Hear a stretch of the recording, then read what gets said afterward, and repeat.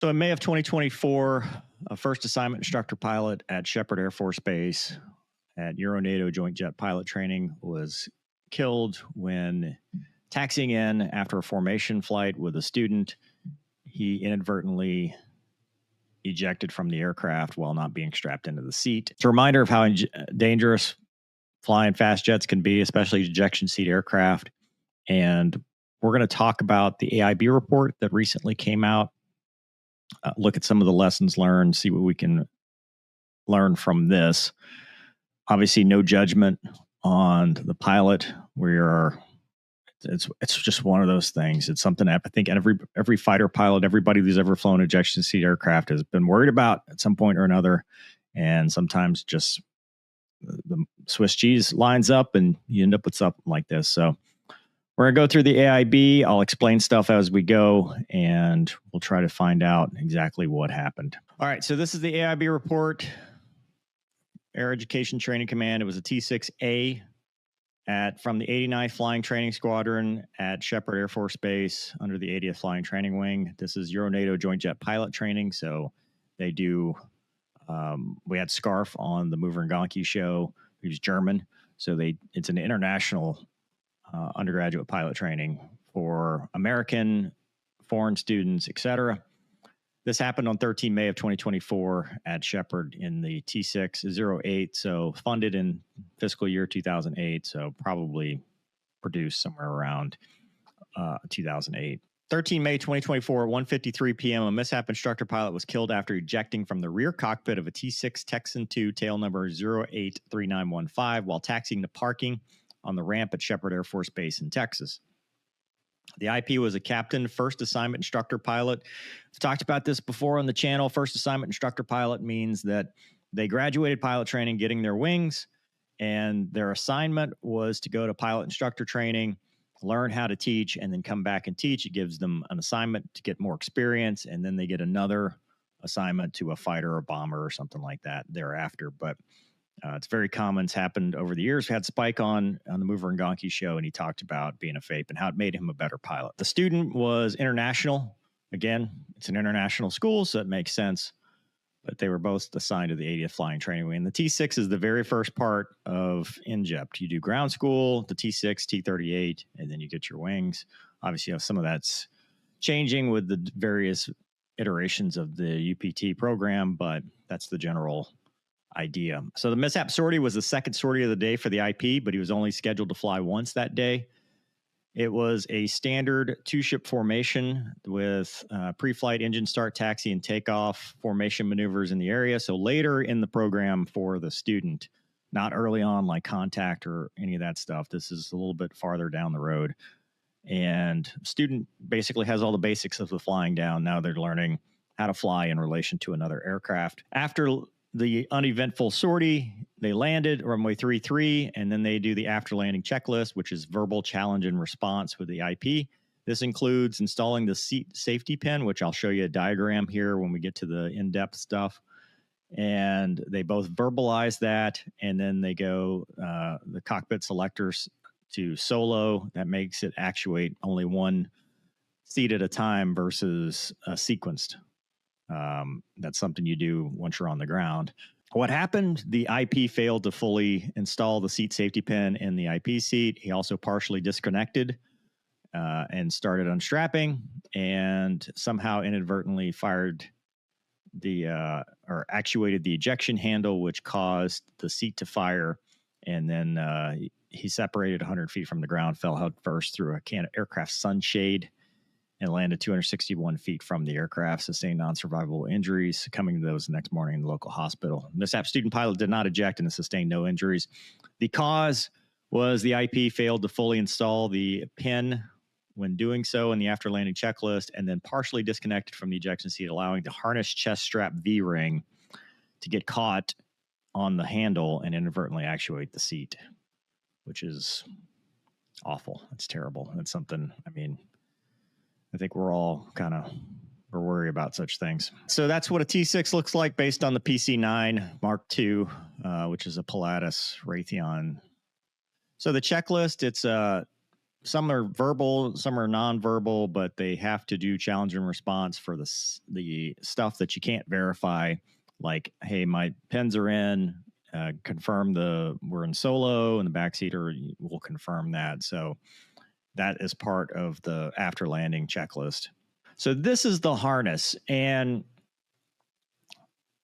it's not like a T-38A where we wear a parachute out to the aircraft. This is you wear this. It's very lightweight. And all fighters are like this too.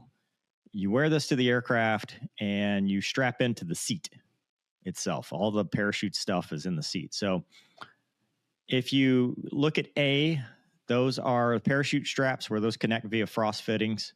And that is also an inertial reel system that locks you into the seat and kind of keeps you stable until it's time for seat separation. But once you separate from that seat, the risers from the parachute will be connected there.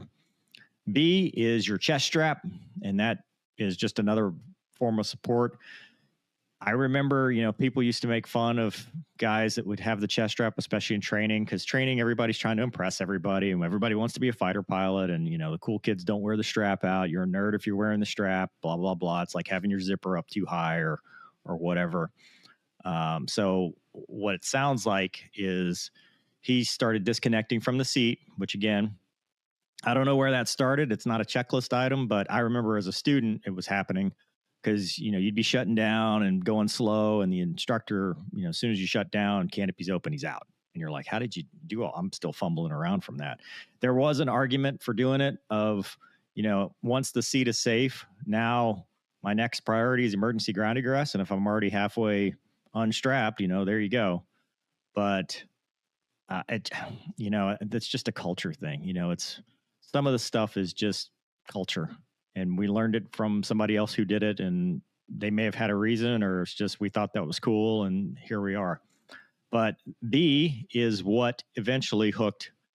When he leaned over, it's what hooked on the ejection seat handle. It got hooked up underneath. That's the ring they're talking about there at B.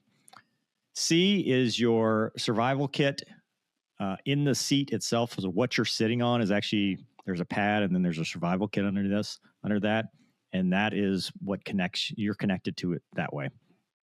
And then D is your rings. They go around your leg straps. That goes around your thighs. And that's what keeps you from falling through the harness, or another way of keeping you from falling through the harness, the main way. That's what you kind of sit on when you parachute. So there was 2 Martin Baker US 16 Lima Alpha ejection seats, independently fractured canopies provide emergency escape. So you don't jettison the canopy when you eject. You have to go through it. So it has to canopy fracture. ISS has 3 modes: command forward, both in solo. Command forward is pulling the forward manual ejection control handle will initiate a sequence ejection of both seats from the aircraft. But if you pull aft, will cause only the aft. Maybe use that with a FAM rider or something like that. Both means they sequence, because you have to sequence the seats so that you're not a conflict with each other. You're not rocket blast in the other guy's face, so to speak. And then solo would be there's no sequencing. Whichever handle you pull is the one that goes. CFS, very European thing, I think. For some reason, the Brits love to go through the canopy. F-35 is like that now. But like the Viper, the canopy would go. F-18, the canopy would go.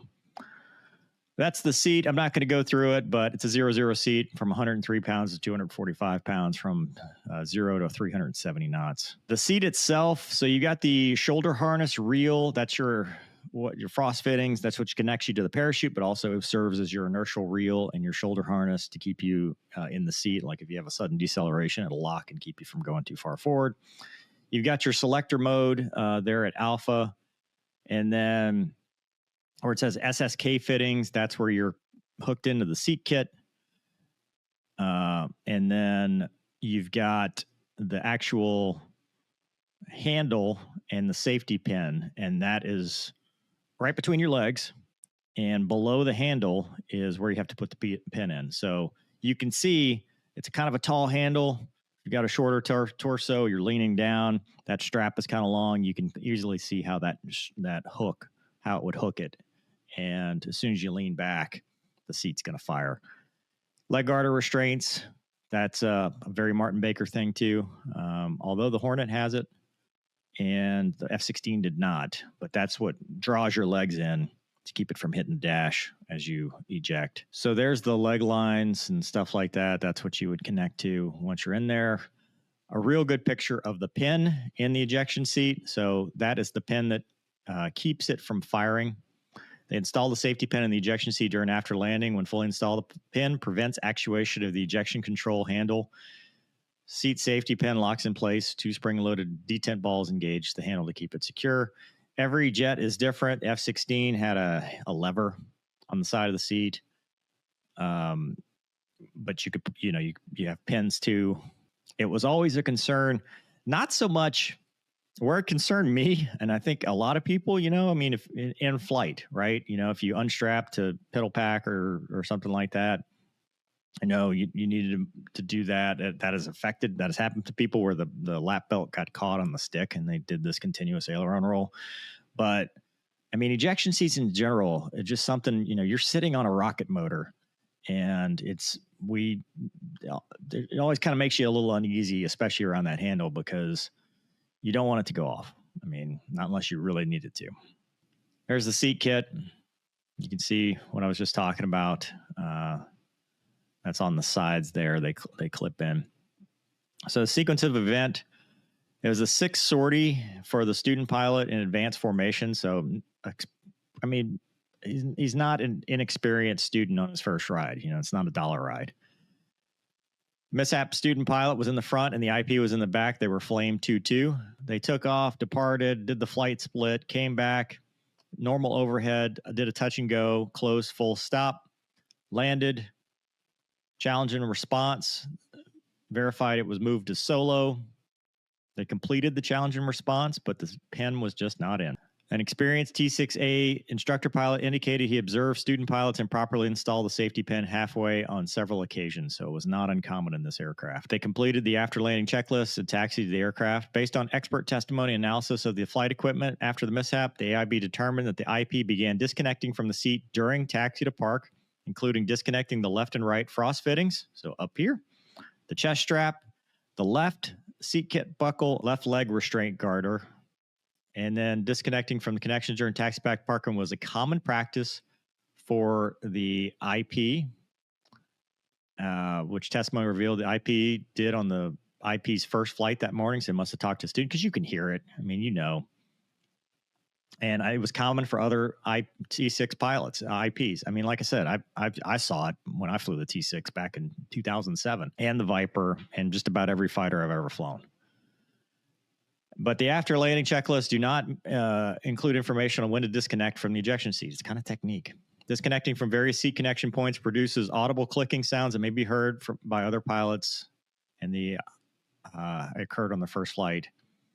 Remain connected to all other connection points. So they got the left side, but not. It sounds like he was going down for the right leg garter, and that's when the chest strap V-ring hooked.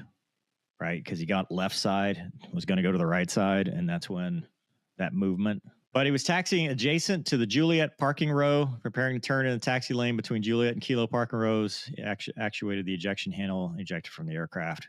AIB analyzed multiple scenarios exploring the inadvertent actuation of the ejection seat control handle using the T-6A simulator to recreate chest strap positioning scenarios.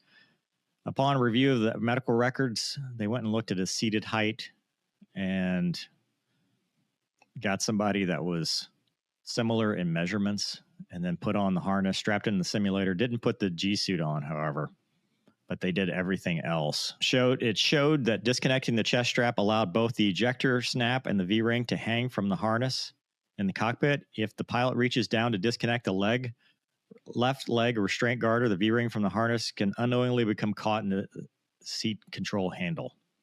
When he sits back upright after bending over to disconnect the left restraint hard garter, the pilot can inadvertently actuate the ejection seat control handle if the V-ring from the pilot's harness chest strap is caught in the ejection seat control handle and the safety pin is not fully installed in the seat. I mean, what are the odds, I mean, it's awful. And there it is. There's them testing it. You bend over, it just gets caught. So he remained partially connected to the seat until automatic seat separation. He still had the right side.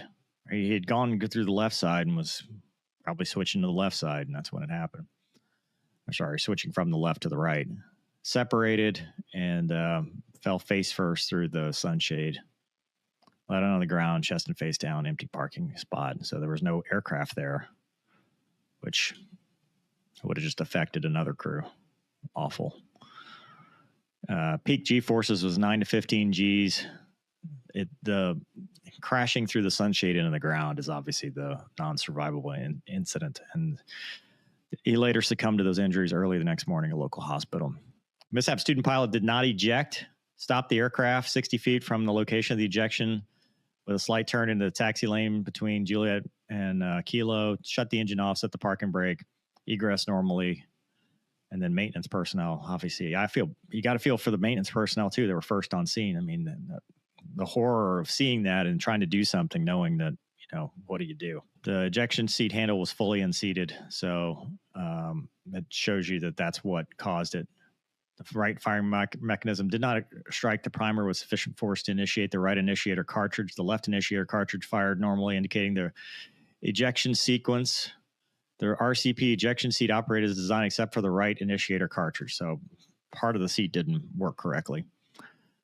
The ejection seat safety pin was found on the ground between the Mishap aircraft and the rear cockpit ejection seat, along with general direction of travel of the rear cockpit ejection seat. Mishap IP's left leg restraint garter was found on the parking ramp because it had been disconnected. IP disconnected the left leg restraint garter during taxi back to the parking ramp. The left leg restraint garter remained attached to the ejection seat system until the automatic separation, in which released normally. AFE they found was good. The parachute landing in the grass next to the parking ramp, 170 feet. With the IP not attached to the parachute risers, the parachute did not fully open or remain open with the IP or remain with the IP. Parachute observed by at least one witness as attached to the IP or the ejection seat was a drogue chute that stabilizes, decelerates the ejection seat prior. So somebody saw what they thought was a parachute, but it turned out it was just the drogue chute that uprights the seat and decelerates it. Survival seat kit was located on the ground near the IP because he had one hooked up. The left buckle was found with the SSK, but the right buckle was found attached to the harness still because he'd only gotten to the left side. There's a map of where it all happened in the sunshades. Search and rescue, this is kind of another thing. Obviously, not a survivable impact, but there's some lessons learned here too. So at 1:53, the ejection happened. Immediately on seeing the ejection, multiple flight line personnel rushed to the IP's aid and began life-saving measures. I mean, good on the maintainers and people that saw that. Found to be unresponsive without a pulse, chest compressions were initiated by flight line personnel. That's why it's important to know CPR. 911 requests EMS to the aircraft at spot 9 for pilot ejection. They activated the CrashNet radio. 6 minutes later, fire rescue is en route. Then they activate the ambulance at 2:01 p.m. And then that's when all response units are there. And that's what they had the capability of: AED, cardiopulmonary system, et cetera. So the ambulance is en route to Shepherd. It's from off base at 2 minutes after the hour. Fire dispatch notifies security forces to meet the ambulance at Missile Road Gate because they want to escort them to the flight line. Security forces dispatches escort to the gate. 1 minute later, Crash 80 clears the Mishap aircraft to safe, joins the medical treatment team. The command post makes a notification to base leadership.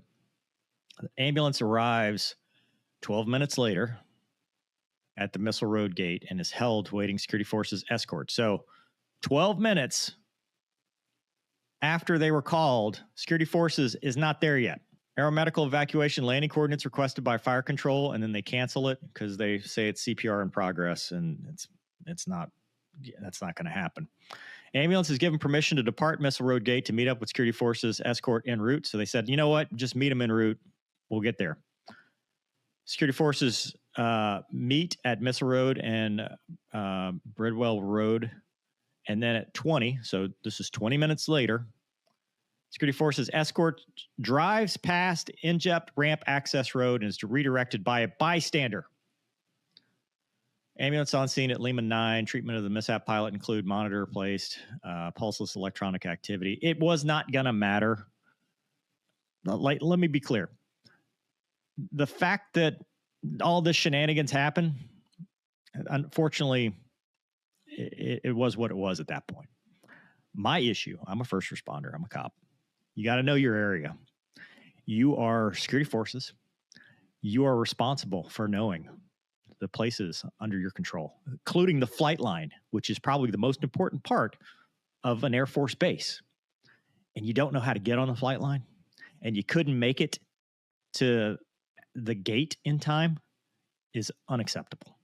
Because if there had been a chance, and if that little bit of delay caused the difference between survival and not, that's on you. That infuriates me, because I know people who make mistakes, probably young, whatever, but you got one job. You got to know where everything is. It's like the old FTO thing. Like, hey, I just got shot. Where am I? That's stuff they hammer home to you. Take this seriously. So, yeah, I get it. People make mistakes. There's probably more to the story, but this part doesn't sit well with me. There's just a lot of shenanigans here from security forces that should not, and there should be accountability on that part too. Like, everybody, it's not causal. It didn't make the difference here because, unfortunately, that wasn't a survivable accident, but you can't do that. So anyway, they loaded him in the ambulance. Flight surgeons there. They depart the scene. This is 30 minutes after they're called, so it's 40 minutes later. And then they go to Missile Road Gate, arrives at the ER to the trauma team. And then they note total time from ejection to the trauma bay was 50 minutes, which, unsat.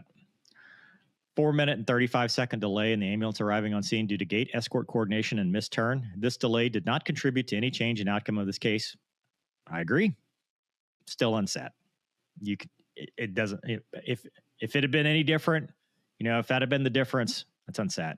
It doesn't matter. No environmental coordination. It was a nice sunny day in daylight. No reason. Look for the fire trucks, dude. Can't be fracture system function normally. That's what it looked like because it only fractured the back. Determine the right firing mechanism did not strike the primer with sufficient force. So there you go. Just like a gun. It'll do that sometimes. The safety pin was found on the parking ramp in the direction of travel. That's the pin on the ramp. God, it's horrible.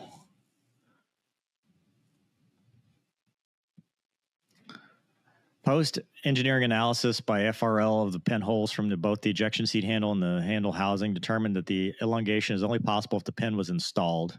Elongation of the seat safety pin hole at the front of the housing is consistent with a partially installed seat safety pin. So that's how they figured out that it was partially installed, because it damaged the pin itself. There's the leg restraint garter. It was found on the parking ramp because it wasn't connected.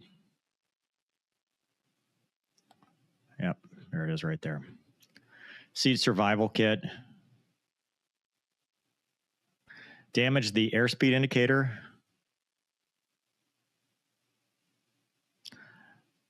The witness mark was the actual safety pin shank and a carabiner attached to the helmet bag. Wow. Or the open buckle of the leg restraint garter. So not real sure, but wow. The weather was a beautiful day, not a factor. Crew qualification, active duty captain at the OSS, flew with the 89th FTS, both located at Shepherd. First assignment IP, 1 year and 9 months, so pretty experienced for a FAPE. Was respected by leadership, fellow instructors, and students. Soft-spoken, humble, and caring person who was very organized and meticulous. I mean, just a mistake. Very caring instructor who would proactively reach out to students to strike up conversation, would spend extra time explaining a concept to a student who did not understand the topic. He was IP of the year in 2023, active member of Civil Air Patrol, had FAA ratings as well. Slightly above average progression through INJEPT, IFF, and PIT. I mean, just has nothing to do with his skills as a pilot. Yeah. He had flown 719 hours in the T-6, of which 567 instructor hours. in the last 30 days, he'd flown 25 sorties, 38.5, 80. I mean, he was flying. The student pilot was international student, was doing well through training, not a factor, not causal. Yeah. So what ended up happening? They transferred him to the trauma hospital, significant blunt force, multi-system trauma, obviously from crashing through the sunshade. Neurosurgeon declared brain death at the first exam. CT scans completed within 2 hours of the injury. Aorta injury, but he was not a candidate. They kept him on life support in the ICU to allow the family to get there. I mean, that's what they did, and that I good on him for doing that. And then with family at the bedside, he lost vital signs, was pronounced dead. Just terrible, terrible. The student pilot was not injured. Statement of opinion. We already talked about what happened. I find by the preponderance of the evidence, true causes failed to fully install the ejection seat safety pin during the after-landing checklist and then partially disconnected. As far as the seat installed, the Mishap student pilot initiated the required verbal question and answer. He responded. They went to solo, and attention to detail is all it was. An experienced T-6 instructor pilot indicated the observed student pilots improperly installed safety pin. Partially installed seat safety pin became dislodged when the ejection seat control handle was inadvertently actuated, propelling it into the standby airspeed indicator and subsequently outside the aircraft during the ejection seat. The elongation of the seat safety pin hole on both the leading surface of the housing and front edge indicates that the seat safety pin was at least partially installed. He just failed to fully install it. His current qualified experience, IP, soft-spoken, humble. I mean, they're saying great things about this kid because it's valid. It's not about his flying. It's not about him as a pilot. This is, yep, he unstrapped and he got to the left side, and that's what happened. That's what caused the ejection and also what caused him not to have a parachute. When the Mishap instructor pilot sat back upright after bending over to disconnect the left leg restraint guard of the V-ring, was caught in the ejection control handle, caused the Mishap pilot to inadvertently actuate the ejection seat control handle. Inattention from the V-ring when disconnected from the ejector snap. Disconnecting frost fittings from the ejection seat parachute connection during the taxi back to parking was a common practice for Mishap IP as well as other instructor pilots in T-6. I was unable to ascertain the rationale behind disconnecting from the ejection seat on taxi, but I can tell you, it's people saying emergency ground egress. You know, seat's safe. My next threat is I need to emergency ground egress. And then part of it is the cool factor. I want to get out of the aircraft. I don't know the chest strap thing, why you do that in the aircraft, but I mean, I would do it after when I was walking back, but I mean, it's because people call you a nerd if you wear it. You know, I find that that's what happened, and he inadvertently ejected. There, by the grace of God, go I. You know, it's something that, like, I've been in an ejection seat aircraft and been like, oh crap, you know, that could have got caught on that handle with it live. I've heard of people, you know, where they're like, God, I got lucky there. I mean, flying is dangerous. And sometimes stuff happens and you're like, man, I dodged a bullet there. And in this case, you know, everything kind of just lined up and here we are. It's very tragic. Seems like he was a great guy. I feel for the family. I'm very sorry for your loss. I'm very sorry for the loss of the squadron. It sounds like he was a great IP that was going to go on to do great things in the military or the aviation community in general, no matter what he flew. And it's just very tragic, very hard loss. So, I don't know. Let me know in the comments what you think. It's just very terrible, and I'm very sorry to see this. This was a tough one. It's hard to read.